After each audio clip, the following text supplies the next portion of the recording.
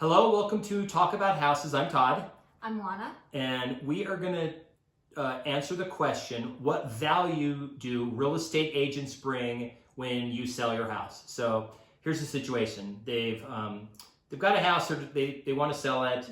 Why can't they just, list it on Zillow or put it on Fizbo.com and say, hey, I'll just save some commission and just sell it myself, so what's one of the reasons? So probably the number one reason is that houses sell for more money net with a real estate agent than without. And I know that the internet is a great equalizer. Yep. I know that home buyers are looking for homes on the internet. I know all of that. However, numbers are numbers, and the numbers say that homes listed with a realtor sell for more money net. And net means after paying commissions. Yeah. So if you want to sell your home for the most money to put in your pocket, hire an agent.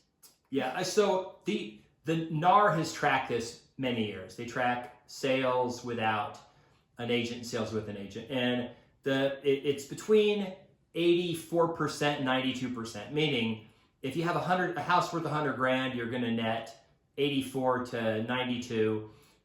If you sell it by yourself, and you're obviously going to net, at least that, if not more, if you sell it with an agent. So right. And there's a reason for that. Now, it's not intuitive. A lot of people are like, wait, that doesn't make sense. You're only saying that because you're a real estate agent, you want to sell the house, right? Well, guess what? If we're flipping a house or selling a house ourselves, we put it in the MLS. Right. And we pay, whatever, 2.5%, 3%, 4%, whatever percent, we pay something to the other agent. This is why.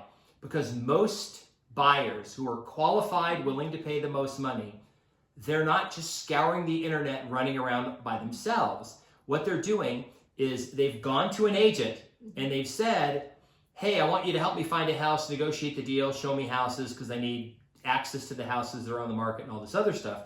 So when you sell the house yourself, you're missing out on that whole pool of real estate agents and their people. So the actual market is a smaller market. It's a different market. It's a smaller and different market than the one with real estate agents, because the first thing okay, let's role play this. You're a real estate agent and I call you up and say, I'm thinking about buying a house. What do I got to do? You need to come in and meet with a lender. Oh, you got to meet with a lender. Why do you care? What if I just say, hey, I'm good. I make a lot of money and I've got good credit, and we'll just show me a bunch of houses. And then when it comes to write the contract, I'll call the lender and then we'll do it then.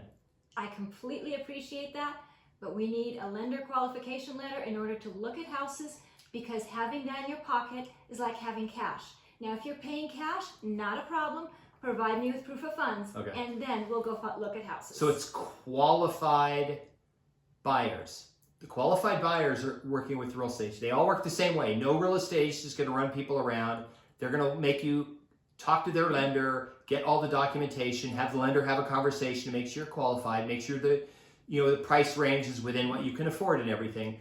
The problem with that FISBOs run into, or people trying to sell without an agent, is the agents don't want to work with them, so they're out trying to make a deal directly with a seller. Hey, I don't have good credit, so I want to buy the house, and this is how we're going to have to make it to do it. So it can be frustrating if you don't. So, well, the other thing is that if you're selling without a real estate agent, the first thing somebody's going to do is they're going to deduct 6 to 10% off the purchase price, because their position is, well, you don't have to pay an agent, so I get to pocket that money. They don't want to hear that you've already accounted for that in your list price.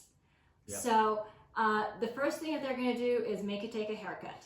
The other thing that you have to keep in mind, that the reason that agents don't want to go out and just show properties to people who are not qualified is, number one, because we have choices who we work with, and we would rather work with somebody who can actually close a transaction. I know that people think that we are glorified door openers. We're not. We're professionals, our time is valuable, and we choose who we're going to work with. The other reason why we don't do that is safety. Both our safety and the safety of the homes that we show. So we want to make sure that we have this person's social security number, ID, all those goodies. Either we have it or the lender has it, so that we are safe, and the sellers whose homes that we show are also safe. So there is a record of who this person is. It's not just some person calling me off the internet saying, hey, go show me 123 Elm Street, and then something happens at 123 Elm Street, and I don't really know who that was. That phone number is no longer good. I have no idea who that was. So we don't do that. So you're probably wondering, what about all these iBuyers, where they're like Open Door and Zillow, and they're just going to buy my house cash, and they're no showings. It's going to be all this easy stuff. Well, something to keep in mind is they will estimate what they think your house is worth and give you an offer that's according. Their statistics, not ours. They only actually go under contract on about 4% of all the houses that people inquire and say they're interested in selling, because what happens is they're lowballing a lot of people, everybody, because remember, they are flippers. They make their money from taking the house from you, fixing it up a little, and selling it again. They flip it. They don't keep the house. They flip it right to somebody else. They got to make money in there, and they have to pay commissions when they flip the house, so they have to have a good chunk. So they're searching for people who think the house is worth less than it is, and then they see that offer, go, oh, that's a good offer. And they always say, oh, we're saving you the commission. So you think you're getting a good deal, but you may not be. And there may be instances where you do, but most people don't, because 96% of people say, no, thank you. I'll just go to an agent, and I have 2 or 3 months to wait. Because here's the truth. If I had to sell a house really quick, this is what I would do. I would go to a real estate agent and say, hey, look, I have to sell this house.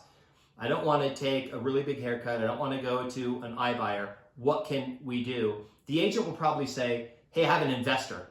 He's looking in this area. They'll give you a better offer than the other guys will. He'll take care of me on commission. He'll give me something. So let's figure this out. Or the agent will just buy it themselves. Right. That it does happen. Where the agent will they won't list a house. They'll just make you an offer and buy it themselves. So you don't have to worry too much about that. The other thing is just list it with an agent with a reasonable price. The problem why most homes stay on the market 90 days is because sellers go, oh, well, I know you said it's worth $325. Let's try $350. And then 3 weeks later, they're like, well, let's try $345. And then that's what makes most homes stay on the market. But in a healthy market, if it's priced appropriately, you get offers immediately. Right. Like, if it's worth $325 and you list it for $315, you're probably going to have 2 or 3 showings the first day, and 3 or 4 days in, you're probably going to have a couple offers, and you'll probably end up netting more money. It's worth it, I think, to use an agent, spend a little extra time, net more money, because I would rather have a transaction take 30 days longer or 2 weeks longer and get 10 grand out of it, because that 10 grand you wouldn't get, just gone. Right. It's in somebody else's pocket. Right. The other reason why people are hesitant to not take those investor or iBuyer offers is because they don't want to show the house. So there are ways around that. You can go ahead and have showings, for example, say, hey, all the showings have to be on, Saturday between noon and 3. And, Saturday between noon and 3, you go to the park, go visit your friends, whatever. You don't have to be there. The idea that you have to have people coming and going every day of the week at all hours is not necessarily so. You do have some control over this, so you can make it work. A good real estate agent will help you sell the house for the most money and work with you in a way that makes you comfortable and achieves your goals. Just be very clear about what your goals are. Know what you're willing to do, know what you need, know your time frame. That's another thing that people really have to share with their agent is how fast do you need to get out of here? Sometimes you have all the time in the world, and sometimes you have a specific time frame. So pay attention to the time frame and share that with your agent so that you can get the service that you need. So the bottom line is only about 10% of all sales are transacted without being listed in the MLS. Those are sold to iBuyers directly. They're sold private sales. 90% of the market has decided that real estate agent is the way to go. And so that, but your mileage may vary, anyway. If you made it all the way to to the end of the video. We appreciate it. Make sure you subscribe and watch our other videos. Thanks for joining us.